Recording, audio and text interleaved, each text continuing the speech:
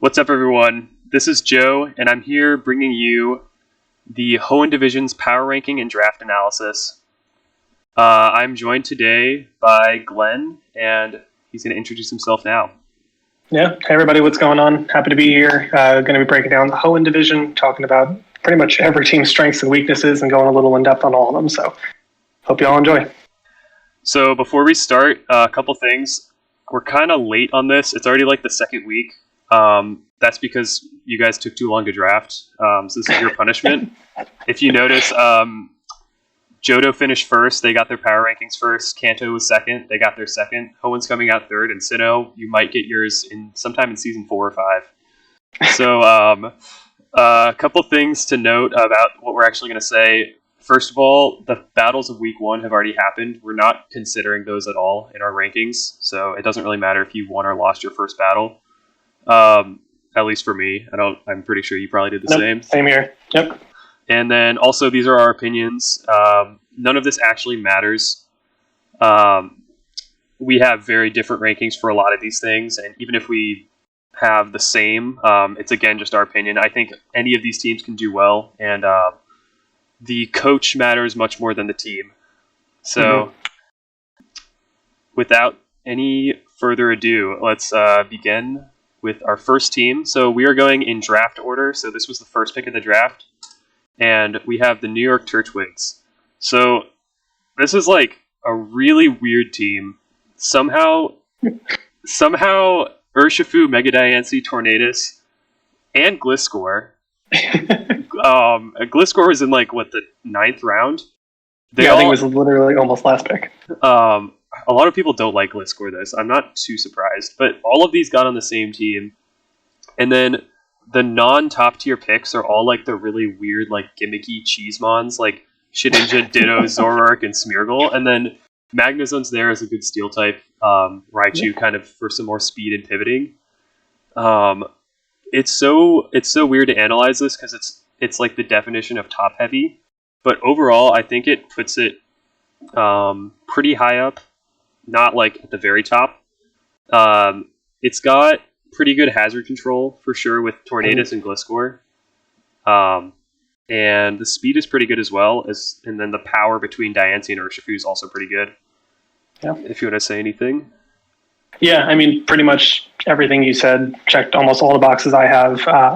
Again, it's super top heavy, and then it's kind of like midway through, just like, let's get anything that pretends to be a different Pokemon. Why not? But a lot of really good just switchability with those top 3. Diancie and Urshifu can both, pretty much blow up most teams in the league. And then Tornadus being able to switch and do a little bit of control as far as, the defog sets go, or just U-turning for initiative. I do really like the pivotability on this team with Gliscor, Torn, Urshifu, even Magnezone having 2 different types of pivots going on there. So a lot of really great stuff there. That being said, I am a little bit concerned about the hazard setting because, Smeargle sets up, damn near anything, but at the same time, too, that's really a gimmick set, and that could potentially be like setup fodder for your opponents there. So I think consistent bring that would bring hazards is probably Gliscor, because I don't see Diancie running rocks anytime soon, more often than not, at least. So. But again, overall, top-heavy team for sure. But that being said, when your top is this heavy, it's still a pretty good squad all around. Yeah. I think the thing with Smeargle on a team like this being so top-heavy, it actually allows it to come more often. Because a lot of times when you're not top-heavy, you have like 8 Pokemon that you're going to choose from every week that are all good. And then you have like 2 really bad Pokemon that you're never going to bring. But when you have like 4 that are always coming, Magnezone doesn't even always come, but then it kind of allows Smeargle to come a little bit more. So that's fair. The thing is, I don't know if this team necessarily needs webs, but it definitely helps the Urshifu. Yeah, for sure. Regardless, overall, the power here is really good. And I think it's probably the most interesting one here. For sure. So moving on to number 2, we have the San Francisco Nidokings. So let me take a look at this. I think my biggest problem with this team is the speed, for sure. You have you've got Espeon, I think is 110, and Cincino, or if you're like annoying and say Chinchino, that's at 115. But the next fastest is I'm pretty sure 86 from Rotom Heat and then 85 from Rillaboom. Yeah, So, I think Leavanny is somewhere in there too, but I'm not sure. Oh yeah, it is. I want to say Like it's 90. I want to say it's something? 90, but I don't really consider that to be here because it's never coming. It actually it's the only grass type, so it might come a couple times, but like Yeah. you don't really prep Rillaboom's for it. there. Rillaboom's chilling, yeah. Oh yeah. So you probably never bring Leavanny. Yeah. And there's no chlorophyll for it. Mm-hmm. That said, the power here is incredible with Melmetal, Rillaboom, even Nidoqueen and Komo can set up. Yeah. And I think Umbreon Primarina also makes a really good defensive core. Mm-hmm. You can go ahead. Yeah, no, pretty much the same here too.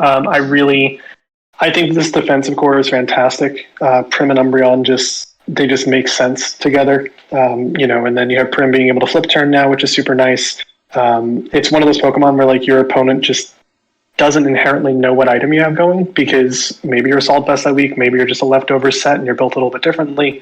Maybe your Scarf, you could even potentially run specs in most cases with it. So it's one of those things where your opponent just consistently has to prep pretty much across the board for it. It hits most things hard, especially a lot of top tier threats right now, which is always nice.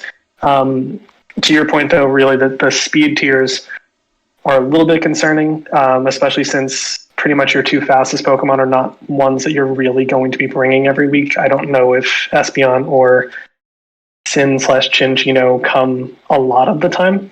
So that's just one of those things where it's like, if they're not coming, then I think your highest base speed, on a consistent basis at least, is somewhere around like 85, and that's just not ideal. That being said, obviously priority with Grassy Glide on Boom, and then Komo can, set up its speed pretty much any way it wants to. So there's definitely some setup options there. The other thing I'm a little bit weird about with this team is hazard removal. So obviously Rotom is, a consistent defogger, but beyond that, it's almost like you're hoping Espeon can magic bounce things back before they even get there. And I don't know if that's necessarily super consistent. Does Espeon get Magic Bounce or Magic Guard? It gets Magic Bounce. Okay. Which is, for some reason, the weirdest thing. But, yeah. Okay, so that helps the control a tiny bit, but mainly you're relying on Rotom Heat, which is good. Heavy duty boots makes that like definitely a real option. If it boots weren't a thing, this would be like very bad. But you can rely on Rotom Heat as your only defogger, I think, because you're always bringing it. I think, however, like you still probably want one other thing. You definitely want one other, so I think that's probably a weak point for it. Another thing is like this hazard setting isn't amazing. I think Leavanny actually gets webs. I think that's probably why it's here. So that does help with the speed. But again, it's such a weak. It has so many weaknesses that I don't think you can really bring it. And then you got Nidoqueen and Komo with rocks, which I actually like defensive Nidoqueen, but I think most people tend to run it offensively, so they don't really give it rocks. Maybe you like randomly put rocks on it and never use it, which I tend to do with things. But I think Komo is probably your main rock setter, which I also don't love. Yeah, the only thing is, too, with that, and I think that this is kind of where my issue came in with the defog setup. It's great, you could get webs on your opponent's side, you could get rocks on your opponent's side, and if you bring Queen, you could also have Toxic Spikes potentially, but then your only removal option is defog, so you almost kind of have to make that conscious choice of, I just stacked all these hazards, now I have to get rid of them because either a screen is up that I can't get past, or I got to get rid of the rocks on my own side, or whatever the case is. So it's always interesting to kind of see how that plays out. Now you have to weigh your options because you can very viably stack hazards with this team. It's just now you get rid of everything if you have to. So yeah, I think one final thing about the hazards is this team isn't actually weak to them. Nothing is weak to rock here besides Rotom Heat, and Rotom Heat's always running heavy duty boots unless you're doing like some kind of scarf trick set, which is also, then you'll be weak to rocks, but it's not a huge deal. And you've got the grounded poison with Nidoqueen to deal with the spikes, and then or the toxic spikes, as well as Melmetal just not being immune to them. Yeah. As well as a few resistances to rocks. I would have to remember Melmetal resists rock, Komo resists rock, Grass does not resist rocks, Rillaboom does not. But overall, the removal's not great, but at the very least, the reason it's not even lower is it's not going to care too much if you stack hazards. But I think we've talked enough about that. We can go on to the next one, the spine-chilling Gengars. So we're fairly different on this team. I think... Oh, there's an Urshifu Rapid Strike that we don't have the sprite for. It's just like a dock error. That's like the only thing that doesn't have the sprite. I don't know why. The other like DLC Pokemon have sprites, but that one doesn't. So I think this team is pretty strong. I really like the Fairy Dragon Steel with Gardevoir, Hydreigon, and Registeel, and then Landorus Eye is so strong. As well as that Suncore with Ninetales Venusaur and also Executor, even Magmar kind of, I think is pretty threatening. Yeah. An issue here is definitely it's very specially offensive. I don't actually see any physical attackers here, except for the Urshifu, and I guess you can kind of count Registeel. Yeah, and Lando could kind of do some work there too. That's true. There's more to say, but I'll let you. I don't want to take all the comments away. Yeah, no. No, I mean, it's a very, very strong core. You're going to find that once we go through kind of all the teams here, that very few match up to the first 4 picks here, which I think is really kind of the crux of the team. That being said, I think what kind of knocked this down a lot for me is just pretty much from everything Ninetales onward. It doesn't really have a ton of synchronicity. So, like, I'm a big fan of actually using your low tier points to pick up things that, although maybe gimmicky, can actually come certain weeks or fill certain roles. I don't really know what Executor gives you that Venusaur doesn't already give you. Like, I suppose the Psychic typing, but if you're really that desperate for Psychic, you already have Mega Gardevoir sitting in your team, which is pretty much a Psychic gets. Magmar just kind of seems in excess because, again, it's like, what does it really do that Ninetales wouldn't necessarily give you? And if you're looking for other type coverage that it typically provides, you realistically have that in a Pokemon like Hydreigon, where it just gets damn near every type. Swirlix just kind of seems like another choice that's in there. I've only really seen that used to provide you with Sticky Webs, but you have Vikavolt, which is pretty much one of the most dominant Sticky Webbers in the game right now. I like Alolan Persian. Do I feel like it has a real need on this team? Not really, because you kind of already have that dark type covered. Can it U-turn? Can it parting shot? Yeah. But it's not... I don't see it coming consistently.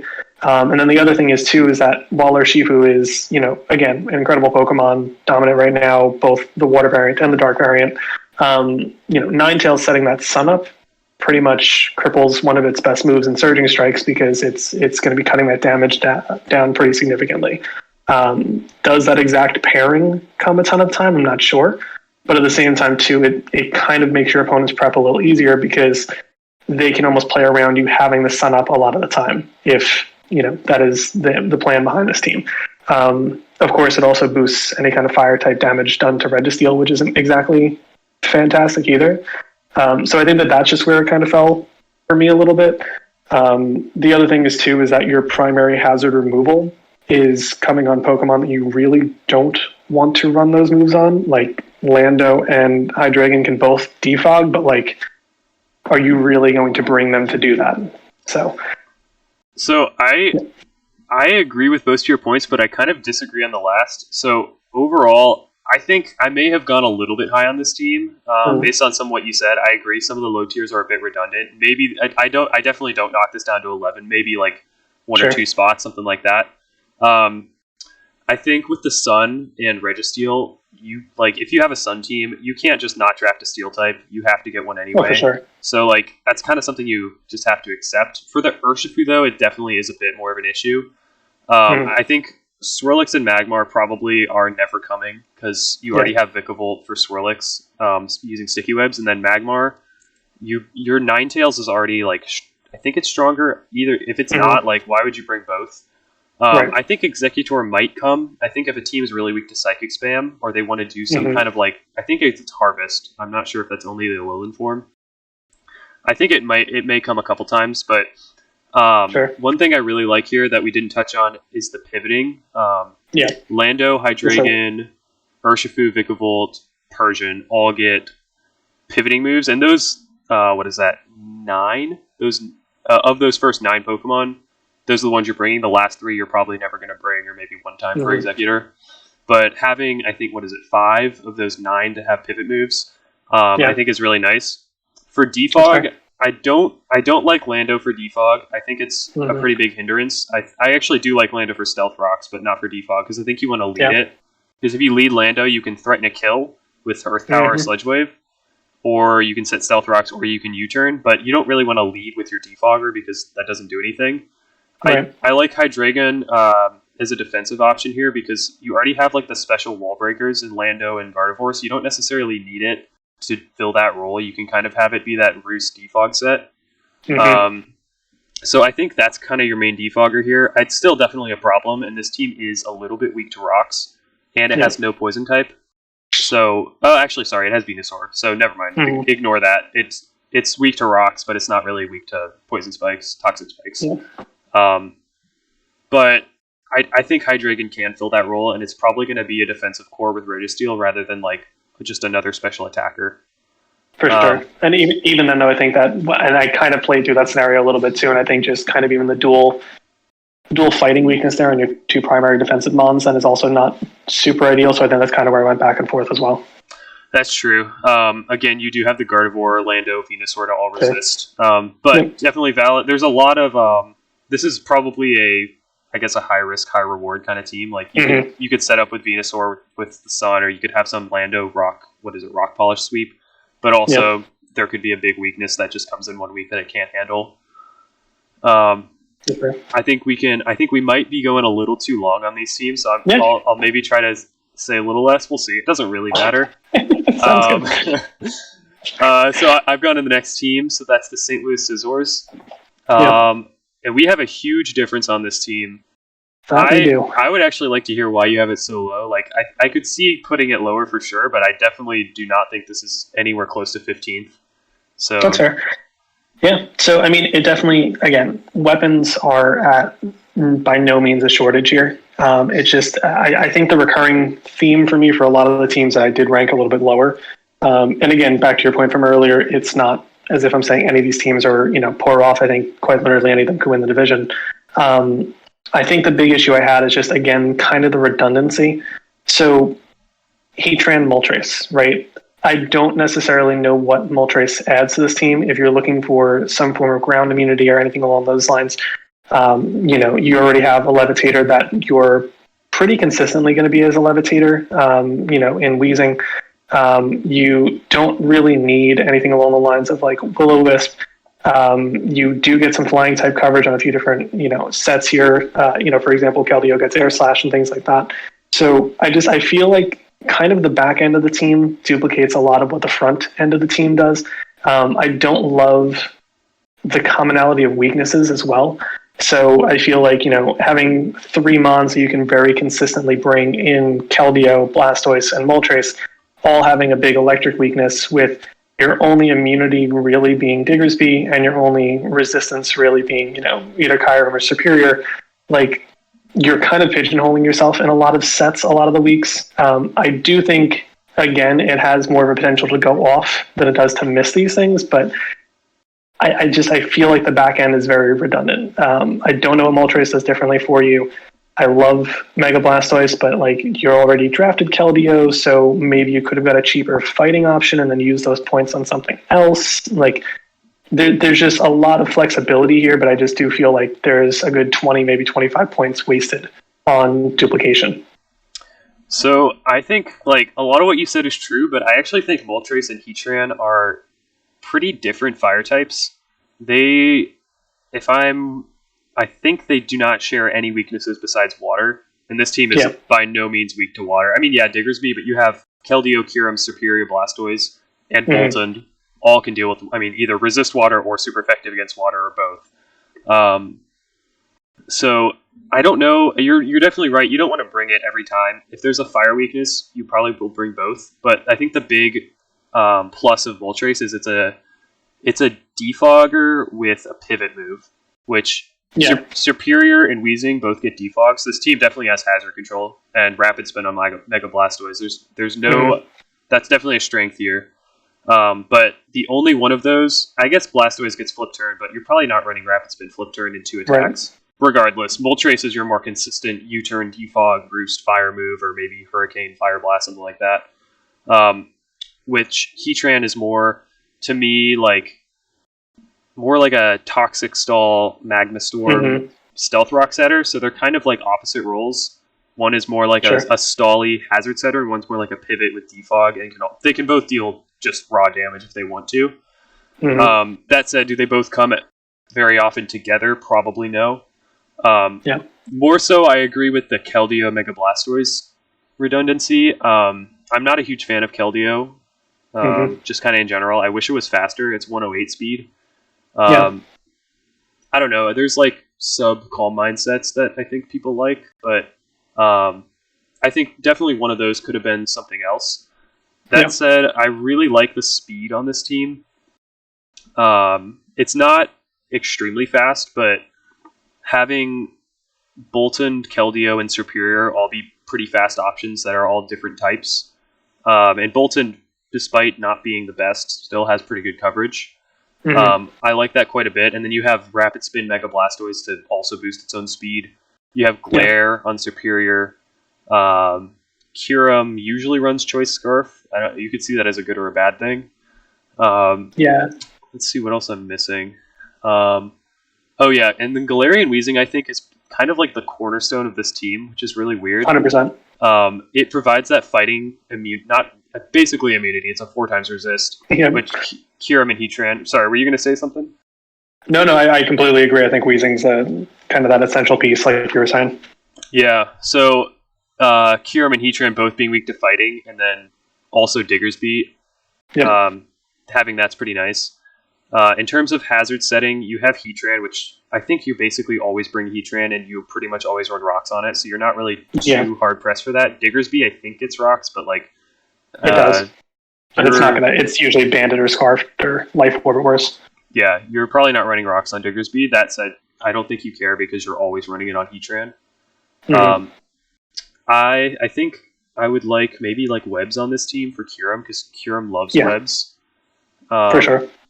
But also just I think there's a good amount of power here because Superior, in terms of setting up, Superior can just set up on its own with Leaf Storm, and then Keldeo has what is it? I just call Mind. And Kyurem having 170 base attack, it basically already is at +1.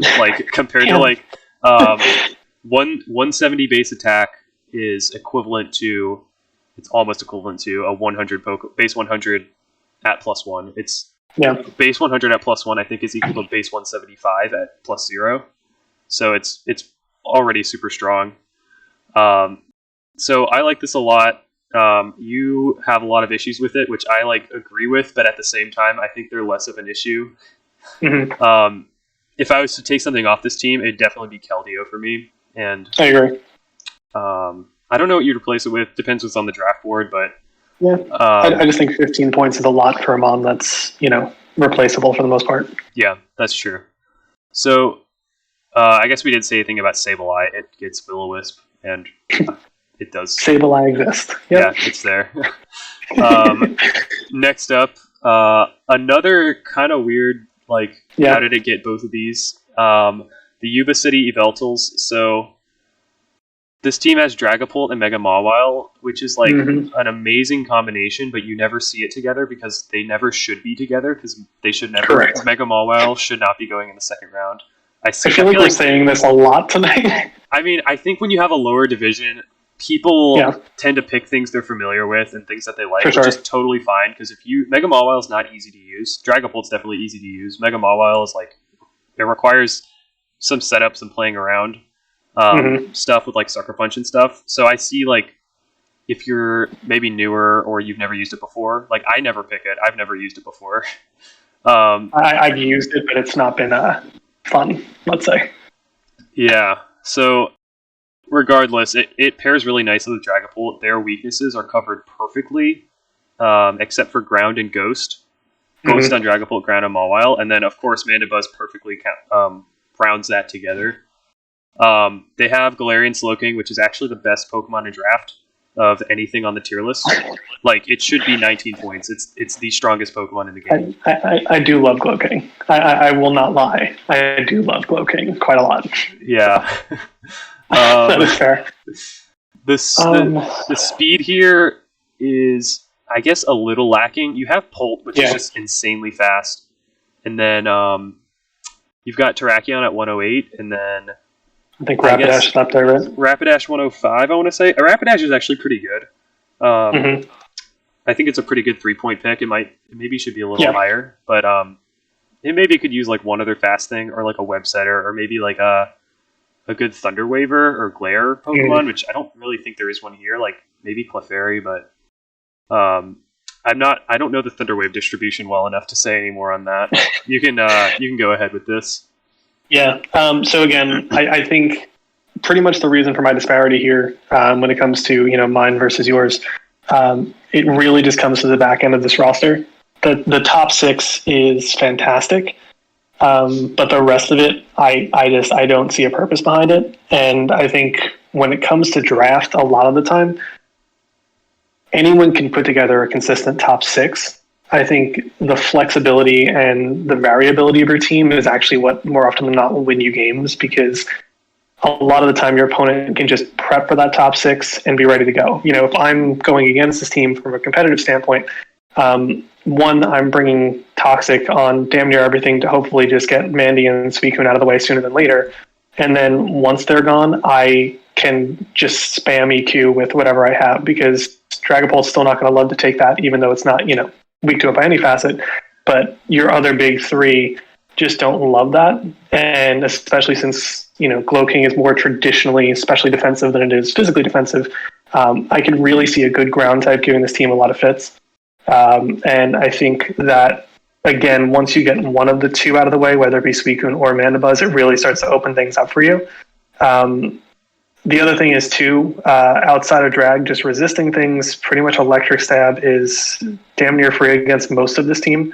The only bottom tier, 10 point or less mon I could consistently see coming is maybe Gligar, but I also don't really know what Gligar adds to the team that other Pokemon don't. And it's just, again, for me, when I'm going in and building a team, I want my opponent to think that if I have 12 Pokemon, all 12 of them can come any week without fail. And I think that for this team, if you're playing it, you very consistently can say there are 6 Pokemon coming, and maybe a 7th might potentially be there, but it's a stretch to even say that. So I'm gonna definitely hard disagree with you on Gligar. All of the weaknesses you mentioned, ground and electric, Gligar's immune to. So I actually think Gligar may end up coming more than Suicune. I think at 8 points, I think it was a bit of an under tier. It should probably be 9. I know in the top division, the person, I won't call people out, but the person who drafted it was like, this thing should definitely be higher. And I usually see it around 9, sometimes 10. I think 10's too high. Regardless, that's not what this video is about. But it gives Stealth Rock. It does open you up to triple ice, though, which is another problem, too, because then Mandy, Drag, and Gligar all don't want to see an ice type. And if you're putting Suicune and Gligar and you're swapping those 2 specifically. So it's... Yeah, I think it's catch-22. I think Gligar might actually pair better with Suicune because of the electric weakness on Suicune and the grass. I mean, Gligar's not weak to grass, Suicune is. I think maybe it replaces Terrakion more, but it's going to be the rock setter most of the time. I think Terrakion gets rocks. I don't really know. Probably it does, but I don't think you're going to bring that, I don't think you're going to bring it, so I think because of that, Gligar comes more often. I like it a lot here. I think I see your points. I see where you don't. I think the ice is probably the biggest issue. But you do have Mawile to resist that. You have Terrakion to be super effective on it. Let's not forget, this team has Grottole, which is the strongest starter Pokemon of all of them. Yeah. It's definitely better than Torterra. It's growing into a planet. It's taking its time to grow into a planet. So, but Grottole can do Leech Seed. It can get Stealth Rock if you need the bulky grass. I think Clefairy is also as I like having a stronger fairy, but if you need it, I think Clefairy still does the job. It has Teleport. It has Stealth Rock. It has every move Clefable gets. I'm pretty sure they learn all the same moves except a few random ones. So I got destroyed by Clefairy in week 1. So I think the other thing was too, though, and now that you mentioned Clefairy and Grottole, it kind of kicked it in my brain. Outside of Terrakion getting justified, really, and again, Mobile obviously and Mandibuzz both resisted, but Knockoff can also do a pretty decent number on this team depending on where you get it, because again, obviously it takes out, Glowking / Dragapult, but then also the other potential quote-unquote defensive mons, 4 of which really need Eviolite to exist. So it's like, I just feel like a lot of the time, again, I think just prep against this team a lot of the time is going to be easier than not. Yeah, that's fair. I think maybe this team is easy to prep for, but I still think, again, we definitely have a disagreement here, but Yeah, that's a sure. good thing. That's a good thing. Oh, yeah. Anyway, All right. I think we can move on. Yeah. This is the 6th team. This is the Toledo Toxicroaks. Mhm. So we perfectly agree that this team is right in the middle at number 8. I guess that's one spot above the middle because there's no middle when you have an even number. But so the great thing with this team, I think, is the speed tiers are really nice. With 130 Tapu Koko, 115 Absol, Mega Absol, 109 on Ninetales, and then you get to 95 on Silvally. I think Gourgeist can be 99 or something in the small form. Right. So I think it's nice to have all those different tierings. And then you got like Goodra at 80 and random stuff below that, which probably isn't running speed anyway. I think you should talk about this team, though, because it has Goodra, and you also seem to like Silvally quite a bit. That is true.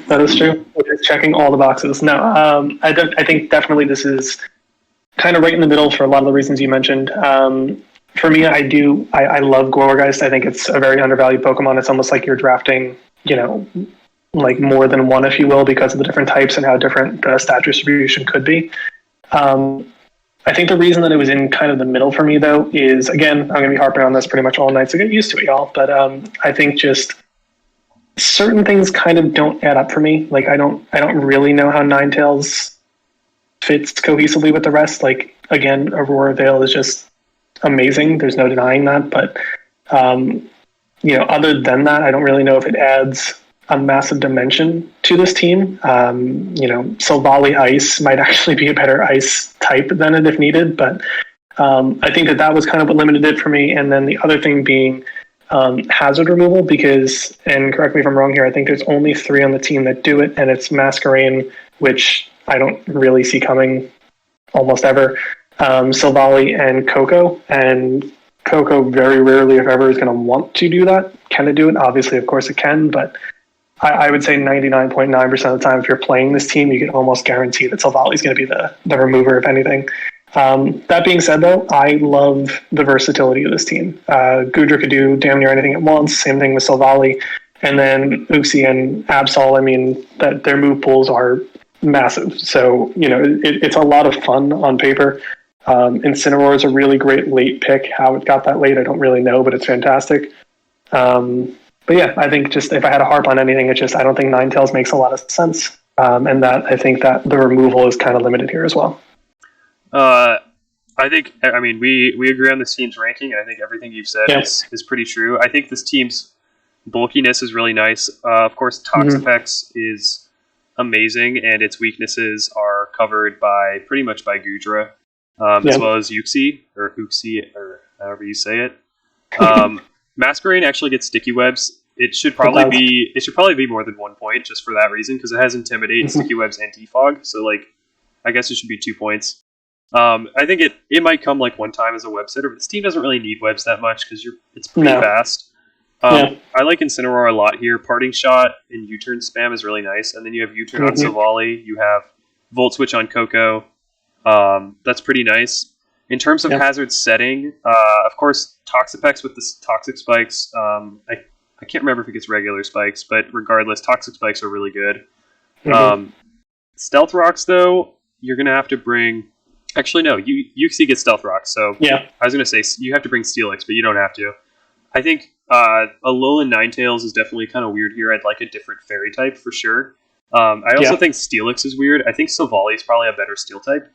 So probably. I think if I was to give a recommendation to this team, maybe Steelix and Ninetales could combine into one stronger either steel or fairy type. Yeah. Overall, I think Steel just because Coco's here, but yeah, I think Steel makes sense. oh, that's true. I forgot Coco was here. So, in defensive Coco, by the way, with Defog Roost, Calm Mind, and attacking move is really good. Mhm. Which no one ever runs that because like it's not actually that good, but like it can come sometimes. But yeah, because of that, even then, I forgot like because you always talk about like the best Pokemon right away, and then you start talking about like the weaker ones. So I forgot there was Arctic Fairy here. So yeah, a better Steel, or just something else with some of those later picks. But overall, it's strong. It's not like crazy powerful. Nothing here is like a really high attack stat besides Mega Absol, but even then, it'll function well. It has all the pieces it needs, so it's pretty solid. For sure. Moving on, we have one of the strongest teams in the division, the West Virginia Wingles. I would be extremely scared to face this team in the Kanto division or any division. Like this team is. It's not like the ones where it's like, how did this team get drafted? Like, it's a very fairly drafted team. Maybe Zygarde went a little bit late, but like nothing here is crazy. But overall, it's so solid. Sylveon, Corviknight, Zygarde pair so well together as Fairy Dragon Steel, and he got those right away. And then Mega Gallade with 165 attack, it gets like every single attacking move in the game. Seriously, Mega Gallade has or I guess Gallade as a whole, has the most useful moves. If you like go on Showdown and look at the useful moves of Pokemon, besides Clefable, maybe Clefable, and then obviously Mew and Smeargle, those don't count. Mega Gallade has the most usable moves of like any Pokemon among the ones that are actually like usable. Maybe there's some that I don't know exist, but the versatility there is really nice. Corviknight is a great defogger. I like Zygarde for rocks, but Miltank also provides rocks if you want to use Zygarde as a setup sweeper, and then Greninja helps out those speed tiers because the team's it's maybe a bit slow. Gallade's 110, Greninja's 122. Everything else is kind of slow, but I think it's fine with those two. And then you've got some solid late tiers, late picks. Rotom went super late. Alolan Marowak's a lot of power. Overall, I mean, you think it's the best team here, so maybe I'm sure there's something more that you see here. Yeah, I think for me, one, and I think this is kind of right at the forefront, there's not an exploitable weakness here. You really consistently have to build a very widely versed team facing this, and I think if you're spending so much time worrying about what your opponent's team might be doing, then a lot of the time you actually fail at your own prep. So I feel like that this team is going to give opposing coaches a lot of fits to deal with as far as prep is concerned. To your point, again, all those late round picks were fantastic. Marowak is one of those things where, for whatever reason, a lot of people still sleep on it, even though Poltergeist exists in this game, and like it just hits everything so hard. Rotom is just, I don't know if I've ever seen it go last round, and that's kind of insane to get it there. Ariados, again, if you're worried about your speed tiers, it's not going to come consistently, but if you want to kind of throw your team, that extra little bump there, being able to throw out webs, being able to throw out toxic spikes is never a bad choice, especially for a mon that only costs you 2 points. I weirdly think that a massive key to this team is actually Miltank. It just helps so much. Let's say you're bringing Marowak and Gallade, now you have that kind of ghost weakness. Now you immediately inherit an immunity, which is nice. Sylveon is just scary in every matchup. Corviknight's incredible in every matchup. And then Gallade and Zygarde, it's like, do you even dare to swap out because they're a sub and a dance away from potentially taking your whole team out? So I think there's a lot of really great cohesion here. You have enough rock setters and setup. If I had to be like nitpicky, I don't really get Soul Rock here, but I guess cheap Psychic type. But other than that, again, I think this is, at least for my money, I think this is the best team in the league right now, based just solely on construction alone. Yeah, I agree completely. I think for me, 1, 2, and 3 were all basically interchangeable. We don't have the same top 3. We'll get to it. We'll get to it. But I mean, you already saw my number 2, and you had them at number 12. But regardless, I think the only things here I don't really ever see coming are Solrock and Piloswine. Solrock, it's a rock setter. You already have the Psychic type in Gallade. You're never bringing that, I don't think. Piloswine, you already have the ground type in Zygarde, and you already have the Rock Setter and Miltank. I agree. Miltank's amazing here. It actually has 100 base speed. I forgot to mention that. So that's another fast. That's a fast cow. The coach of this team was talking to me about Miltank before the draft started, and he was like, if you put it anywhere below like 11 points, I'm going to pick it. Obviously, it's not worth 11 points, but he ended up getting it. I don't think we said much about Greninja, but it's a great pivot. It does a lot of damage. It should probably be, honestly, 14 points. It has such big coverage. I want to say it also gets both types of spikes, too, if I remember correctly, but I could be wrong. That's actually true. It does get both. Does it? I know it gets regular spikes. Maybe it doesn't get toxic spikes. But I'm almost positive because it's like a weird frog thing, but... Yeah, regardless. You have to it gets toxic spikes, yeah. All right, so now you have to prep for every single hazard on this team. Literally. And again, Ariados is amazing. You have to prep for webs. Yep. So if you don't have good removal, you're going to lose to this team. And also, you're probably just going to lose to this team anyway. So,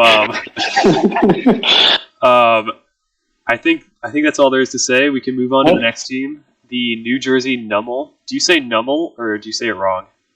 So I say it wrong because everything I do is wrong, but I definitely say Nummel. There's no doubt in my mind. Well, I feel bad. We both have this team at 16. There's a big issue here with the speed. You have Jolteon at 130, and then you have Zarude. Or do you say Zarude? I honestly, I think I've said it out loud maybe twice, but I do say Zarude. Yeah. Okay, because that's the right way to say it. Not Zarude. Those are Zarude is only 105, and then you have Mew at 100, Darm at 95, Chomp's kind of 92, but it's kind of 102, kind of 92 if you choose to Mega Evolve it late. But this, I think, like it needs one more fast thing. The speed it's not terrible, but there's the gap between 130 on Jolteon and 105 on Zarude. It's going to allow some things in the 120 range to run a Modest or Adamant Nature instead of Timid or Jolly. Sure. So you're going to take some extra damage from them. Yeah.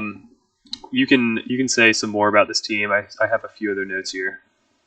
Yeah, I think pretty much the same things that you were saying all rang true to me. Again, just like duplication thing. Like I actually love Klefki on this team. I think it serves a pretty decent purpose for the most part. But again, you kind of have overlap because then you also have Togekiss. So like, is Togekiss really giving you something that Klefki wouldn't be giving you, or vice versa? I think anything that is out of potential to be scarfed that is just inherently faster than Darm really hurts this team a lot, especially if it can pivot, because Mew just does not want to deal with U-turn. Zarude, I don't know if there's a Pokemon that gets U-turn that can't kill Zarude off a U-turn. So like that's just not fun. Araquanid kind of helps with the speed tiers, but again, it just kind of it's still not great, especially if your opponent has reliable enough removal. And the other thing is too, and I think this is what kind of brought it down the most for me, was just there doesn't feel like there's actually a defensive wall here. Hitmontop could be assault vested, but like you're not trotting that out as your big wall every week. Galarian Corsola is fantastic when in the right situation, but again, Rhydon and it both rely upon having their Eviolite in hand, and once that gets knocked away, which I think knockoff comes pretty consistently here to remove Darm's Scarf or just to hurt Mew for the fun of it. So I don't feel like there's enough things here that can take a hit that really want to take a hit. And then the other thing is too, is just, let's say that you're hoping that Garchomp and, Togekiss kind of provide you with that fairy dragon piece there.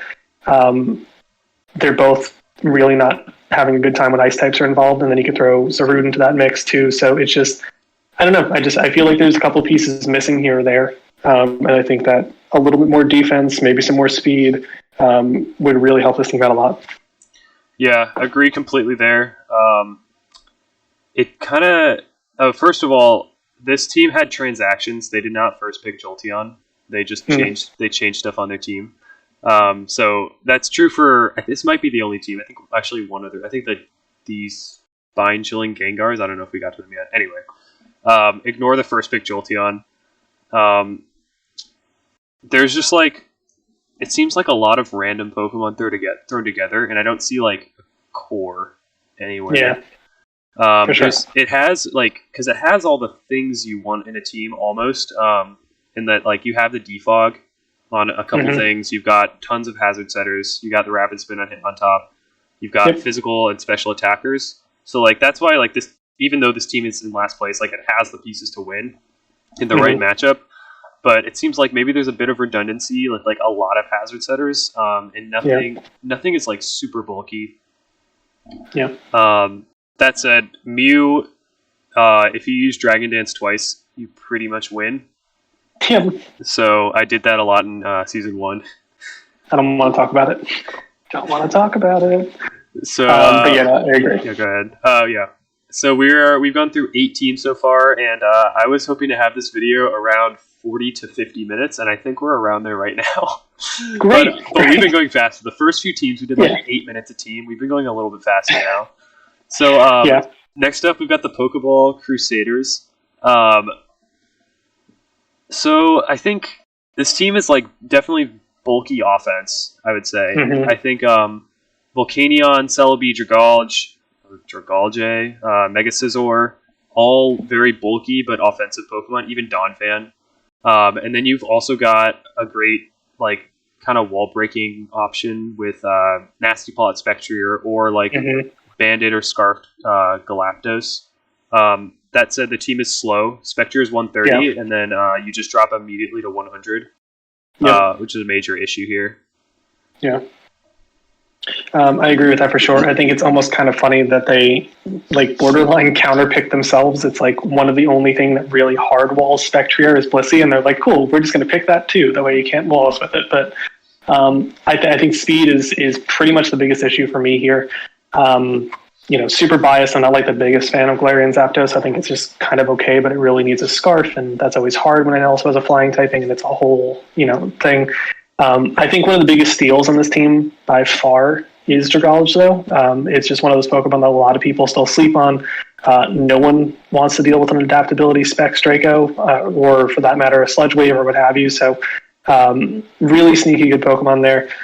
But again, kind of just all of your points ringing true, where there's not a lot of speed here. You can almost guarantee that Zap or maybe potentially Celebi is probably going to wear a Scarf or something like that to kind of keep up with that.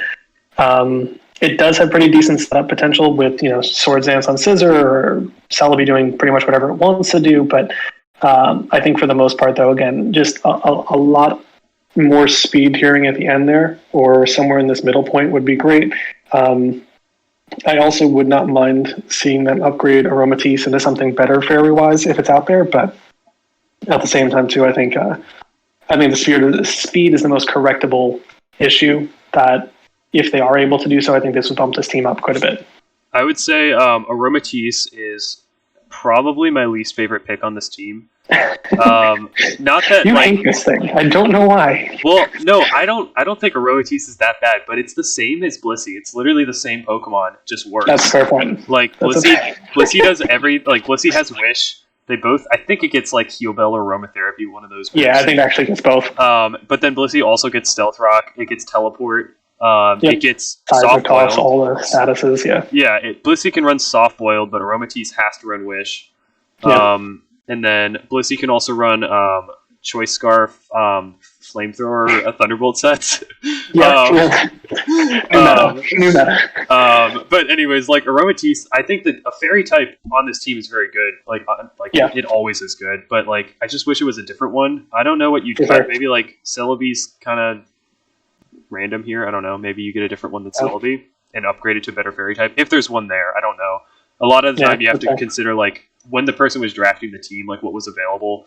So you can't we're not looking at it from that perspective because we don't know. We don't, unless it was in the very early rounds. Once you get to round 5, maybe people picked a lot of fairies early, and Aromatisse was the best one left. But it's kind of random here. I think Jinx is actually I forgot Jinx is kind of fast, but but it's still not cracking that 100 tier anyway. Oh, is it? I thought it was 105. I think it's 90. I want to say it's 95, but I could be totally off. Okay. I try not to think about that Pokemon whenever possible. 95. Okay, so never mind. I was going to say, if it was 105, I actually would like it here, but it's not. And then Murkrow, is Defog, I guess, maybe. What is Yeah, I mean, honestly, prankster stuff is still there. Defog works. I think it gets Tailwind because like 99.9% of birds out there do. Yeah. But yeah, I think that's pretty much it. Yeah. Anyway, I think one last thing. I think Volcanion and Mega Scizor pair very nicely. For sure. Any water type and Scizor actually pair really nicely, but I like Volcanion. I've been liking it more. I used to hate it, but then I realized it's actually really strong. Yeah, so Boots made it awesome too. Yeah, it's pretty good here. I like that duo. I think we can move on. Yep. Next team is the Arizona Acelgors. So this is one, again, we agree and pretty high on this one. I'll let you go first. This is definitely a very strong team. Yeah, I think in a similar way to what we kind of saw with the Wingles earlier on, these top 3, top 4 picks here, you really do not see together often. You're essentially getting at least 2, I think in my opinion, at least 2 round 1, potentially round 2 very early Pokemon in Lando and Zeraora, and then 3rd and 4th round comes back around to you and you're like, yeah, I could grab Charizard X and Slowbro, no problem. So I think that combination right there, that core is really solid. You then, of course, throw Skarmory into the mix later on in the game here. Pangoro is one of those Pokemon that I just, personally speaking, I don't love, but I definitely can understand why people do. It's kind of like clearance rack Urshifu without Wicked Blow, but like it also gets parting shots. So that's a perfect description. Clearance rack Urshifu. So it's like one of those things. I like that construction a lot. I think where they kind of lose me, again, this is just kind of how I look at drafts for the most part, though.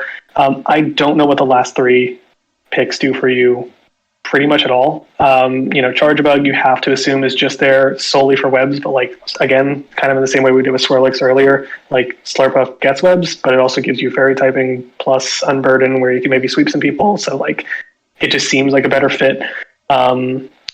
Draculax kind of just there, and like you didn't need the dragon type because you already have Charizard. How did you say that? How did you say that name? I say Draculac, but I don't know if that's anywhere near. So I say Dracloak. Okay, I kind of like yours more. Well, I think the L is before the O, so it. Oh, it is. Well, you know what? Again, I'm just an idiot, but that's fine. No, I was hearing the way you said it, and it sounded right, but like. I promise you, for the rest of this video, I'm going to keep it this way, so I hope you enjoy. So the Pokemon I'm clearly pronouncing wrong. I don't know what it does here because you already have a Dragon type in Zard, and like I don't see you being like, oh man, I really need a Ghost type this week, so let me bring this guy out of retirement. So it's like it's one of those types of picks where it's just kind of there. I also found it weird, and we'll kind of get into this later, I guess, that like what I think was maybe our best 1-point mon in the tier just went undrafted, but I digress. I also just don't know what Dodrio really necessarily brings to the table. So I kind of feel like that's, 6 points there. That there's a lot of good Pokemon in that 5, 6, and even in that 4-point tier that maybe you could turn all 3 of those bad boys into because you don't really need them. But I don't know, maybe you have kind of different thoughts on that. But again, otherwise the construction is awesome. I actually do have different thoughts. So I agree fully with Charjabug. I think Charjabug's amazing. I think it's very good at 2 points, but you don't really need it with Slurpuff. And this team is like, it doesn't need webs too much. Like Charizard has Dragon Dance, and then Zeraora is already passed. Lightning, and then Slurpuff has Unburden, and I guess Pangoro wants webs. That's kind of like I don't think that matters too much here. So Charjabug, I agree, not needed. Dracloak, it's a 1-pointer, so I think like at the end of your draft, you have 1 point, you just take something.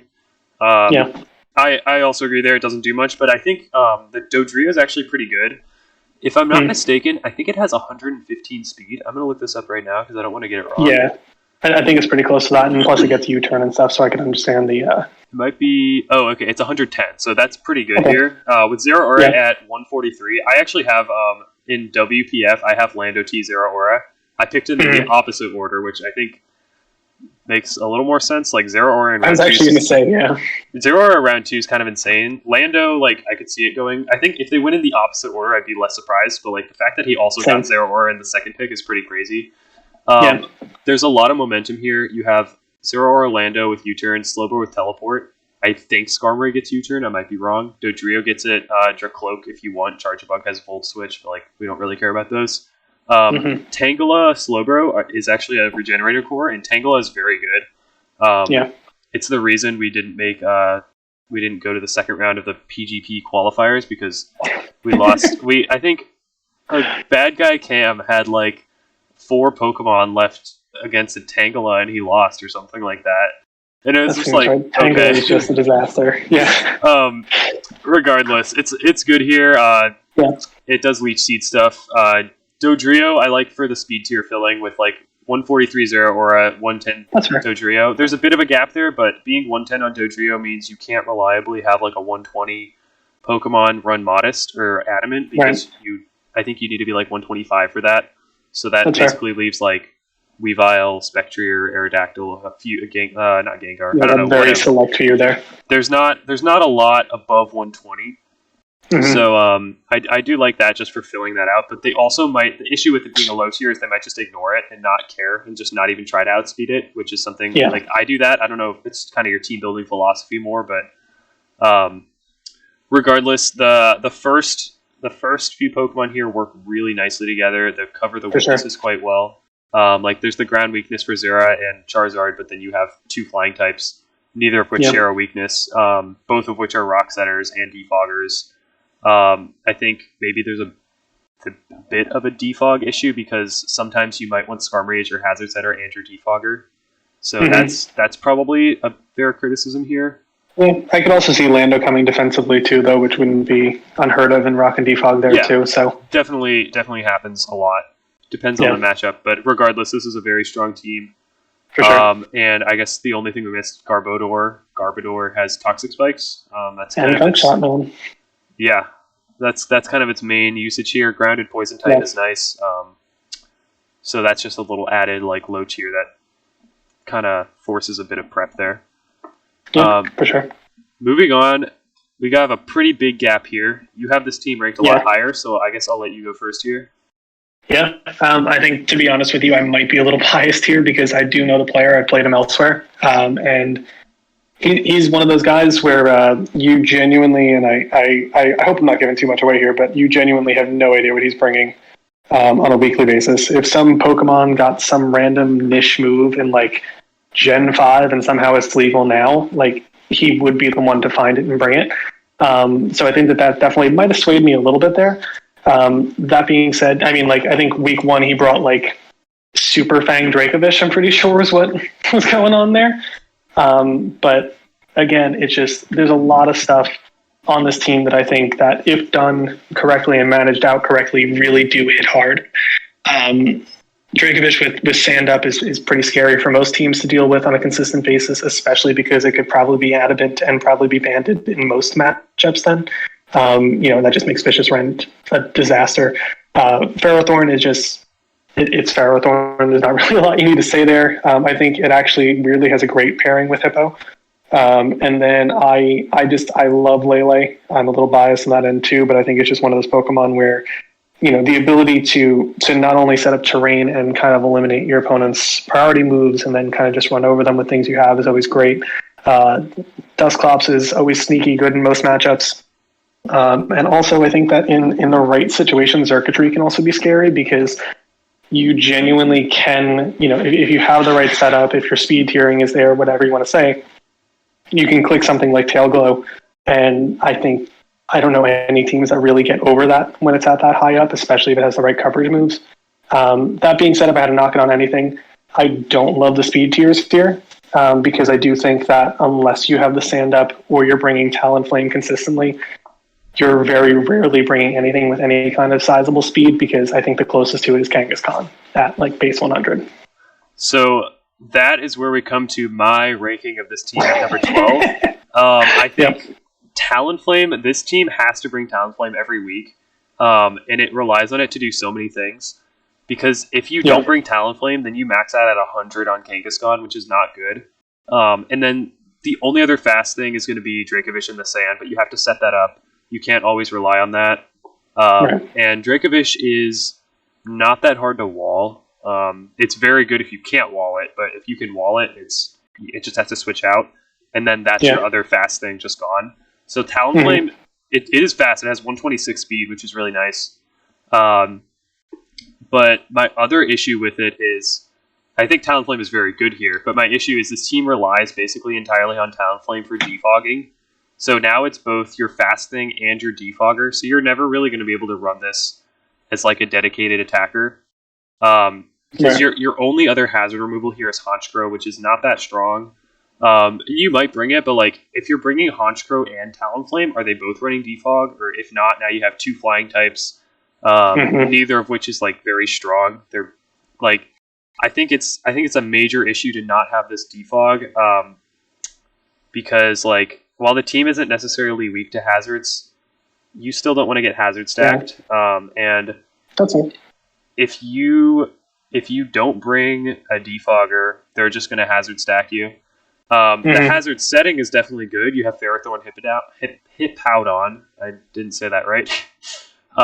So the hazard setting is nice. I think you said Ferrothorn and Hippowdon work well together. I think they do in terms of typing, but in terms of roles, I think like they're both kind of similar roles as like defensive hazard setters. Hippowdon adds in the sand, of course, for Dracovish. Ferrothorn obviously is ranked higher in the tiers just because it's a way better typing and it has a few extra moves like knockoff. But overall, I think they're kind of similar. I don't necessarily not like them on the same team. That said, they still kind of fill the same role. Again, Lele is amazing. I won't criticize that at all. Circuitry, it gets Tail Glow. We are allowing cut moves if you're not aware. But it can't really run Tail Glow because it really, I think it needs Choice Scarf. So if you get a kill and you get Beast Boost, that's nice. But Electric type with Choice Scarf, if they have Ground type, not going to work out too well. So I think if this team gets Sand, I think its main win condition is going to be Sand Dracovish. For sure. But I would really like more hazard removal here. Yeah, makes sense. Moving on, the 12th pick in the draft, we have the Rain team, the Washington State Whoopers. I'm just gonna say, I'll just go off here a little bit. I think this team has way too many water types. So I think I was thinking about this earlier today because it's like a pretty memorable team because there's usually only one Rain team. Are there two Rain teams in this draft? Because this team did not pick Pelipper. Maybe I'm wrong. No, I think in Johto there's one. Okay, yeah, there's one in Johto, it's Coltrane's, which I ranked low, but I think I'm wrong on that. This team is, however, my issue with this team is like, if you take Politoed instead of Pelipper, you become so much more weak to grass. And this team's only way to beat grass is Zapdos, which is amazing. Obviously, every Rain team should have Zapdos if you can. It's amazing on Rain teams. And then after that, everything can't do anything to grass types until you get to Blaziken, which is like, it's good, but it's a Rain team and you have a Fire type.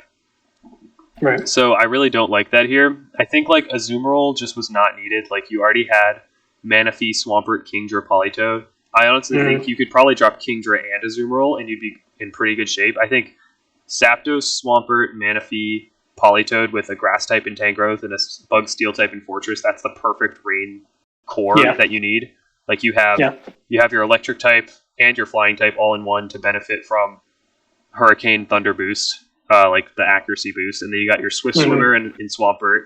You have Hydration on Manaphy. Politoed, I think if Pelipper's there, I would just straight up upgrade that to Pelipper. Because Pelipper gets U-turn, it gets Defog, it gets Roost. It's not weak to grass, so it's another answer to grass types. And then Tangrowth is definitely very good here. It helps resist grass. But anyway, you can go ahead. Maybe I was a little too mean here. No, I think for the most part you're pretty much spot on. I think what I immediately thought of as soon as I looked at the first couple slots here, outside of it of course being a Rain team, was just okay. Any Pokemon that learns Freeze Dry is running through this. Like that's just period across the board. Because I mean you're talking about. I don't think up until like you said, up until you get to pretty much Fortress, nothing really wants to deal with that. That being said, I think there's a lot of really, really solid picks here. I think, again, to your point, Fortress is just a wonderful complement to a Rain team. Zapdos being able to just click Thunder or Hurricane is just awesome more often than not. Armaldo is one of those Pokemon that I feel like a lot of people just forget also gets Swift Swim. Yeah, you're right. I'm one of those people. So there you go. Good. And it is a nice, solid dual stab as well. There is the opportunity there to kind of deal with a little bit of that grass issue by just clicking a bunch of free bug moves, which is nice. That being said, though, I don't love Blaziken here. Kind of to your point, I understand why you would want a fire type, but at the same time, too, I don't know if that's really the one. And I think, for me at least, while Azumarill can be replaced because, you'd really have to run Sap Sipper more often than on it, which is obviously not what you want, because more often than not, you do want kind of that huge power side of things. I think it could be replaced, but for me, kind of to the point you made earlier, I don't really get what Kingdra does for the most part. It kind of fills a very similar role outside of having the Dragon Stab to like Zapdos. And I like Manaphy here, but I've always been very underwhelmed by Manaphy, and I kind of feel like the hydration set just means you're probably going, I guess, Tail Glow, Roost, and maybe 2 attacking moves. So it's like, is that going to get over a lot of Pokemon? I don't really know. I think a lot of teams kind of have built-in resistances for a lot of that. But yeah, it's just, rain teams are always kind of tough to rank higher until they really start showcasing things. But to your point, I think the biggest weakness here is I would absolutely, without a question, upgrade Politoed. Yeah, I think get rid of some random water types that, like, either Kingdra, Azumarill, maybe Manaphy, upgrade the Politoed. Yeah. I think, like, the thing with fire types is, like, rain teams really want a fire type, except rain reduces fire. Like, Fire Stab is so good for them because they're weak to grass, but it never works out. So that's why another flying type would help out. And then maybe just, like, a fairy type that isn't weak to grass or something like that. Mm-hmm. A better fairy, a better dragon. It doesn't have to be both, just one of them would be nice. Actually, being a dragon type that resists grass would be nice too. Mm-hmm. For sure. So definitely, like, this team has some pieces and I think it has the free agents to probably upgrade. So I think, like, this team could easily be in the top half, but at the moment it's just not doing it for me. Yeah. I agree. Moving on, we've got a team I think is the best team. You think is pretty good team. Mm-hmm. So I'll start off saying Scizor Rotom-Wash is one of the best cores in draft that you can possibly get. They complement each other perfectly. Mega Scizor would obviously be better, but you can't always get that. It's still good with regular Scizor. Rotom-Wash being weak to grass, Scizor being weak to fire, then the other one resisting it is really nice. And then it has the Excadrill Gigalith combo, which speaks for itself. Gigalith is incredibly bulky. It's definitely too low at 7. It should be 9 points, I think. There's always going to be a few oversights, things we miss, or we just, like, kind of forget that it's actually good. But it has really high defense on its own. I think like 145 or something. And then the special defense boost from Sand is really nice. And then it obviously sets rocks. Its attack stat is also, like, extremely high. Like, I'm gonna look this up right now. But Gigalith does so much for this team. I think it has 135 attack, which is insane, and it has 130 defense. Mega Pidgeot, I'm not a big fan of because it's basically just it's just Hurricane, U-turn, Heat Wave, and like Roost or Defog. So I'm not a fan of it. It's pretty fast though. It's not the fastest of teams here, but Pidgeot helps there. Salazzle is really nice. I'm a big fan of Salazzle as well. Same here. Corrosion just means, like, you can always Toxic Stall them if you want, and then Gothitelle plays well with that because you can Toxic, like, a Poison type or Steel type that would otherwise kind of be hard for this team. Not really for Excadrill, but you can then go into Gothitelle and beat it with just, like, a Cosmic Power trapping set. Yeah. You can go ahead. I've said a lot of good things about this team.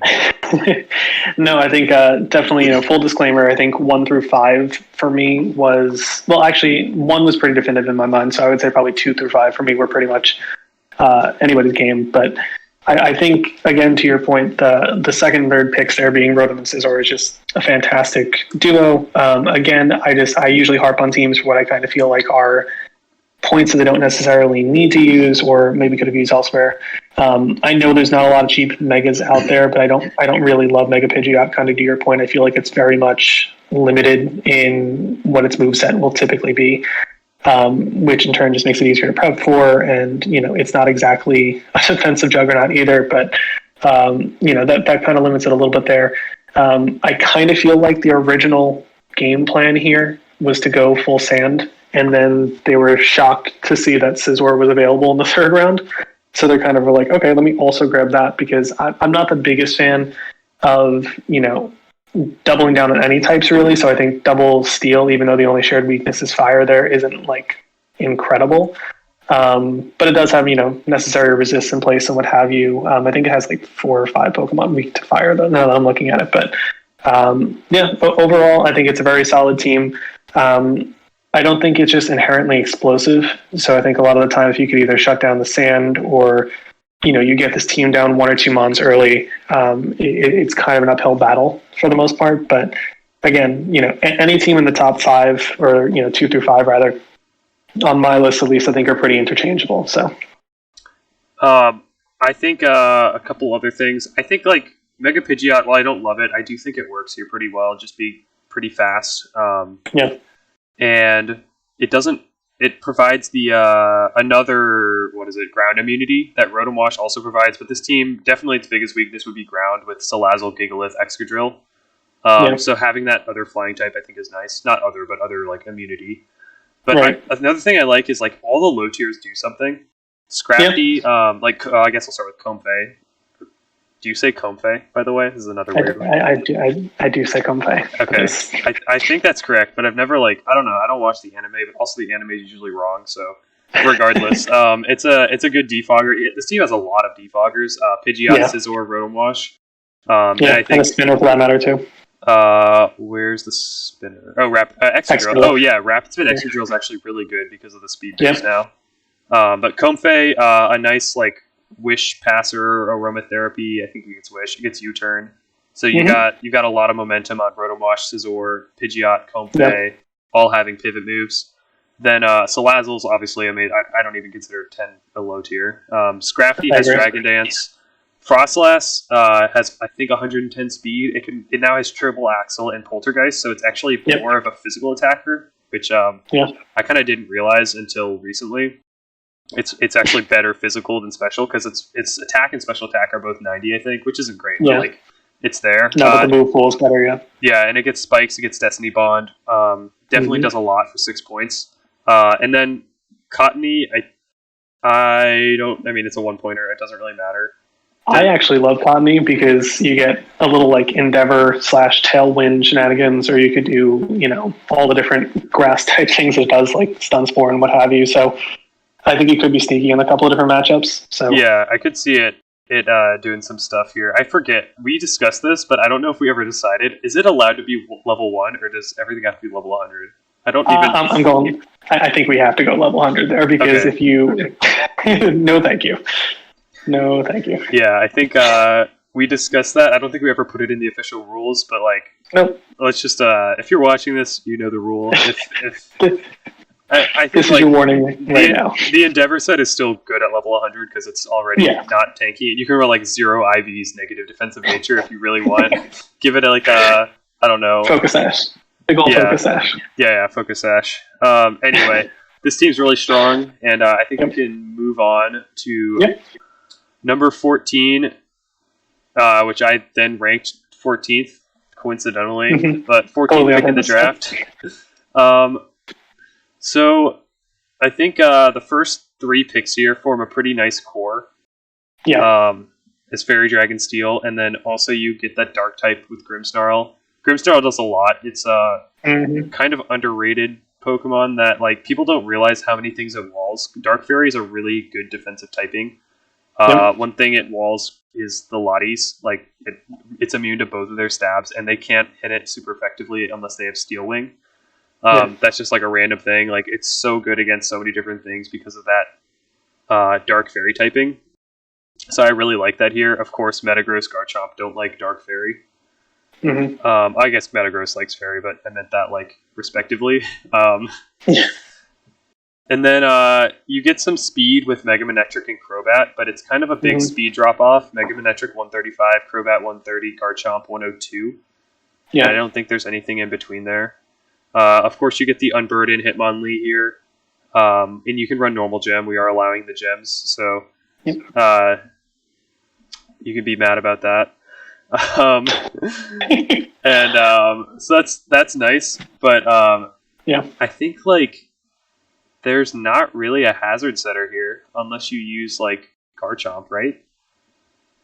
Yeah, I honestly, does Metagross, I was going up and down. Metagross gets rocks, but okay. But again, like you don't really use them for that. And Bisharp, in Gen 6, I would always run defensive Bisharp. This is when I first started playing Pokemon competitively. I like didn't know that it was bad as a defensive wall. I just saw like it had 100 base defense, so I'm just gonna run it defensively, and it worked. I was decently high on the ladder in Gen 6. But I don't think you should actually do that here. No. So hazard setting, you don't have like a dedicated one, and then hazard removal is pretty much Crobat, I guess. Yeah. And Hitmonlee, I guess, with Rapid Spin. Yeah, and technically Articuno could defog some things if it comes to, but... Yeah. Yeah, I think pretty much all your points rang true for me. Again, the biggest thing that I usually harp on is like, don't waste your points on stuff that you don't necessarily need. So I'm looking directly at Guzzlord. I don't know what it adds to the team here. Garchomp's a better Dragon, Grimmsnarl's a better Dark type. And then Bisharp, like, yeah, you need a Steel, but you already have Metagross, and it's like, yeah, you need a Dark type, but you already had Grimmsnarl at that point. So I think to me that's 18 points tied up in two Pokemon that you really don't need. So it's one of those things where like it kind of seems like towards the end it was one of those, I can't believe these things are still on the board, so I'm going to grab them, but I don't think they really fit necessarily, and you can absolutely use those 18 points and combine them into a 9 and a 9, a 10 and 8, whatever you want to do there, that really could be huge game changers for this team. Potentially some more hazard setters, a couple things that might, elevate a little bit of maybe your defensive typings as well, because there's not really a lot of defense here outside of Metagross. Like nothing screams out on a defensive Pokemon other than maybe Grimmsnarl. But I think that those two kind of serve no purpose that you don't already have covered and covered better elsewhere. I think everything you said is true. I'm gonna add a couple things to it. I don't even think there's the whole thing like I can't even believe this is here in the late rounds. You just take it. I think that's kind of true for Bisharp. I don't think Bisharp going late is crazy. I think 11 points is maybe over tiered for it. I think it could be 10 because Pursuit's banned. If Pursuit was legal, definitely. For sure. But and then I think Guzzlord is terrible. I completely agree. I was looking at other tier lists because I always like to see other people's tiers. I usually see it at like 3 points. I've seen it as low as like at bottom 3 as well. Yeah, I don't think it ever comes. I think Bisharp is okay here, but I would definitely like to drop them. You don't need 3 dark types. No. And a big thing this team is missing is there's no water or grass type. So like you have Entei, but you have the fire in Entei. And I don't even personally love Entei, but I can't say Entei's bad. Obviously it's good. I just don't like it. But if Guzzlord and Bisharp could just be a grass and water type, I think this team would be elevated quite a bit. And they could pair because I think the Fairy Dragon Steel's great. Garchomp, Metagross, Grimmsnarl is definitely a good first 3. But then if you could make that other defensive typing core, that'd be really nice here. Yeah, I think like one of the Pokemon that just kind of jump out to me would be something like, I want to say it was either 12 or 13 points. I could be off base though, but I think like my Milotic, which I don't think was drafted in this division, would be fantastic here. Yeah, I've got it up. My Milotic is there. And I want to say we haven't seen Vaporeon also and Starmie. Yeah. Starmie's not funky though, but like it's there. Gyarados, Slowking. Okay, this team should probably get Slowking because Slowking's overpowered. Slowking, by the way, is the second strongest Pokemon besides Galarian Slowking, and then the third strongest is Slowbro. And then the fourth is Mega Slowbro, but Galarian Slowbro is not on that list. How dare you? He gets quick draw and everything. How dare you? I don't know. There's a Shaman left as a grass type. Yeah, That could be okay. there's definitely some options for sure. Yeah, there's like that's the thing. Like even if we think you're ranked low and you have like some glaring like type missing things or like things that we think could be improved, that's the point. Like they could be improved. So even if you're low, you could definitely move yourself up by looking at some of those things. That's kind of part of the point of this video. Maybe you have some things that you didn't realize you were missing, and anyway, that's hopefully helpful to you. Moving on, we are almost done. This is the second to last one, I think. Yep. Yeah. Okay. Because this was going on. Actually, we picked up the pace a bit, so that's pretty good. We're good. Yeah, I don't know. Willem and I in the Johto one, we did it in under an hour, and then the Kanto one was like an hour and a half. So I guess I just have bad expectations. We probably the Kanto one's more accurate. I think it's just all your fault across the board, but that's fine. Okay, cool. That's probably true. Usually is. So first thing I like about this team is the Charlotte Beedrill's logo has that like grid in the back because for some reason that's what happened with the picture. It didn't like take away the transparency. But I like this team a lot. I think I probably put it too low looking at it now. Like it's got a lot of momentum with Sarina, Lopunny, Mega Lopunny, which is a synth pick, by the way. And then Clefable. I can't remember if I choose to say Clefable or Clefable, but I'm just going to say either one. I think those work pretty nicely. Yeah. And then with speed, you've got Nihilego, which is the correct way to say it. It's not Nihiligo. It's like the word Nihil. I don't know what that is. Yeah, I'd say 80% of people say this wrong, but it's like nihilism, but it's Nihilego. But it's also like an actual jellyfish. Like there is a jellyfish variant that exists that is pronounced that way. Like you're making a choice here. You're making a choice. I did not know that. I just saw the word Nile. But regardless, that with Delphox, I think Delphox is a little underrated. Yeah, big time. Pretty nice here. And then this team, there's no other fire or psychic, which is, I don't think those are types you want to repeat. So having them on one thing, it's a pretty nice offensive thing. One thing I definitely dislike is the Dracozolt pick here. Yeah, we can agree on that for sure. Yeah, I don't think you can really take Dracozolt without sand or webs. Yeah. Like sand and webs both not being here. Definitely a big point for me. Yeah, I would agree with that for sure. I think for me at least, the top three are pretty much undisputed. Like they're an incredible pairing. All three of them work so well together.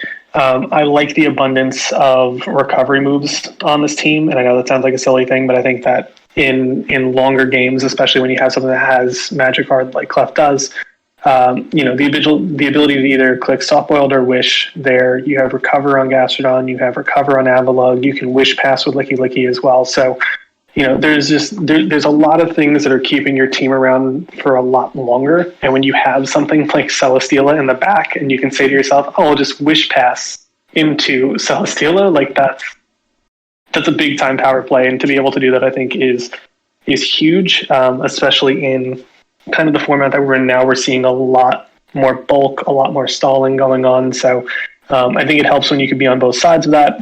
I really like Serena for this team. I think it's a very, very sneaky good pick across the board. I think it should be drafted in most leagues if it's not already. But, the ability to rapid spin things away, it has a great momentum when it comes to using U-turn or what have you. But it's overall just a really solid Pokemon.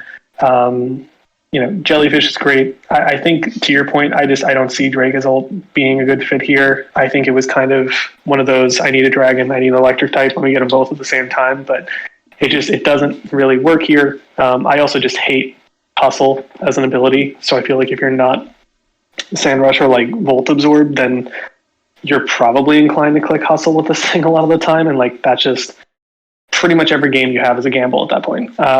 But yeah, I think to your point though, Delphox is great. I weirdly love Avalugg here as well. I think that's a lot of fun, but it's an interesting team construction. I think the top three will often win you games a lot of the time, and I think everything else can be very switchable when it comes. So I think, like, obviously I've been saying good things here, and I have it ranked ninth, and you have it ranked second, which is obviously a huge difference. Yeah. And I guess I should touch on that because I actually don't love this team in terms of like power. I think it has a lot of stuff going for it, but it doesn't seem to have like a win condition. I think Fair. a lot of games like you're gonna win by kind of chipping them down, which maybe is like maybe that's the meta now. I don't really know, but you've got like like Lopunny is oftentimes just like fake out U-turn, and like that's what it does a lot of games because it's not the strongest. It's kind of like on the weaker side of megas. It has 135 attack, but with that, like that would be good for a normal Pokemon, but it can't run Life Orb, it can't run Choice Band, and it has no setup moves. It doesn't get Sword Stance or maybe it gets Bulk Up. I don't think it does. Probably not. And then like Clefable gets Calm Mind. Nihilego gets Calm Mind, I think, and like Rock Polish. But you're not like. It doesn't seem like this team has like, I guess, a wall breaker. I guess that's the term I'm looking for.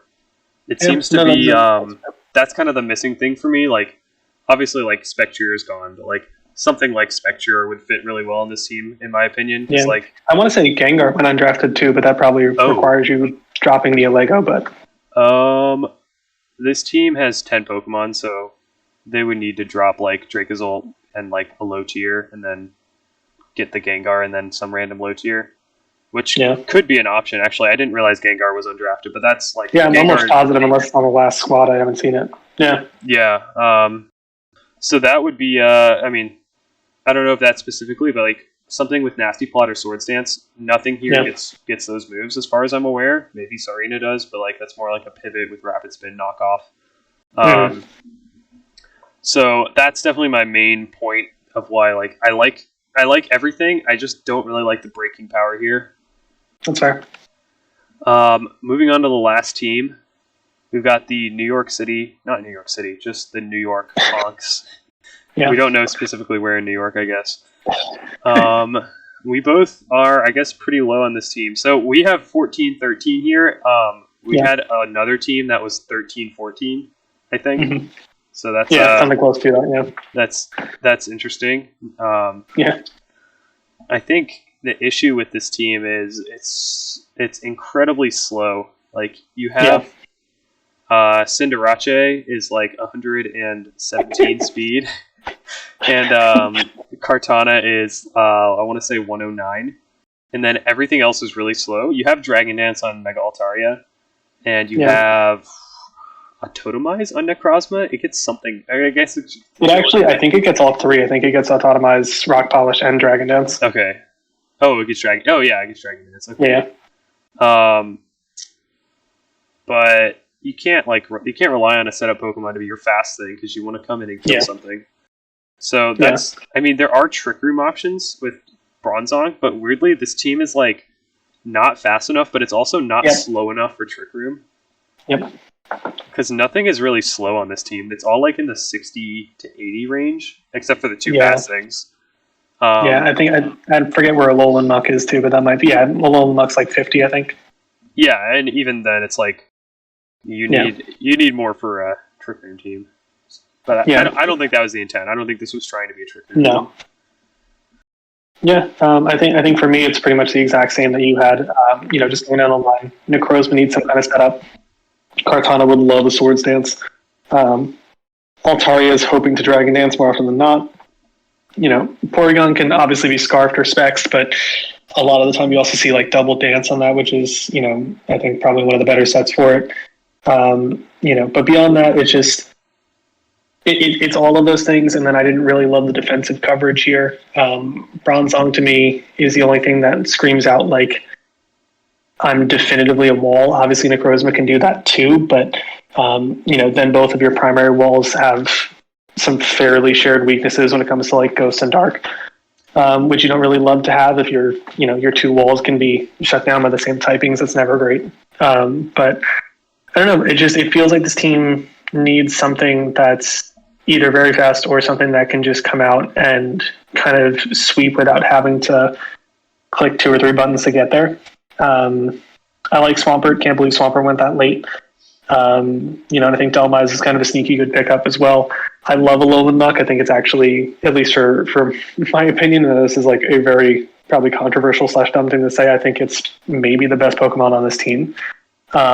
Just because of the type coverage it does, what it can do, and the way it hits things right now. I think Poison Dark is one of the best dual stabs you can have in the current settings. But I don't know. I think that, to your point, it's not fast. It's also not slow. So when you're kind of just floating in that middle ground territory, you're choice locked more often than not, or you need setup. And I think this team kind of screams out both. Yeah, to your point with the Bronzong and Necrozma, they're kind of the same Pokemon. Like, Bronzong is kind of a budget Necrozma. Like, they both have Stealth Rock. And then they're both Psychic types. And then Dhelmise is also, like, weak to the same things. Yeah. So, I guess, Bronzong could probably be replaced. And even triple steel too, right? Because, triple fire weakness rather too, because you have the Cart, the Bronzong, and then the Dhelmise as well. Yeah, that's true. So the type coverage there is not the best. I think definitely hazard setting is pretty good here. Swampert, Necrozma, Bronzong. Again, I think you don't bring Necrozma and Bronzong, but you have Swampert, so you're good. The pivoting is solid. You have, let's see, Swampert has Flip Turn, and then I don't know if Altaria gets anything, and then obviously the Cinderace gets U-Turn. And then removal, you've got Court Change, you've got Defog, Rapid Spin, and then Defog on Togetic as well. So, those aspects definitely not what's at issue here. More so some of the type coverage and definitely the speed is probably the biggest problem for me. I completely agree, yeah. All right, so I think we are at the end. So I think we're good, man. I hope you all enjoyed this video. Thank you to Glen for joining me in these rankings. Short notice, he actually made all of these today. That's why they're so bad. Yep, that's it. That and my lack of just general knowledge there. There we go. We're good.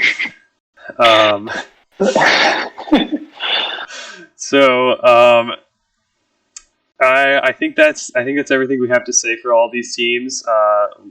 Remember to like, comment, and subscribe for the YouTube algorithm because we're trying to get monetized. By the way, I'm going to take all the profits, so this is just for me. But no, we're nowhere near monetization. But if we ever do, we'll figure something out. That's not an issue right now. But let us know in the comments what you think the best team is. Don't let us know what the worst team is because that would be mean. But also, if you do it, it might be funny.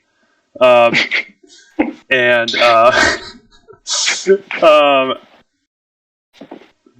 going to do it for this video. And thank you all so much for watching. And bye.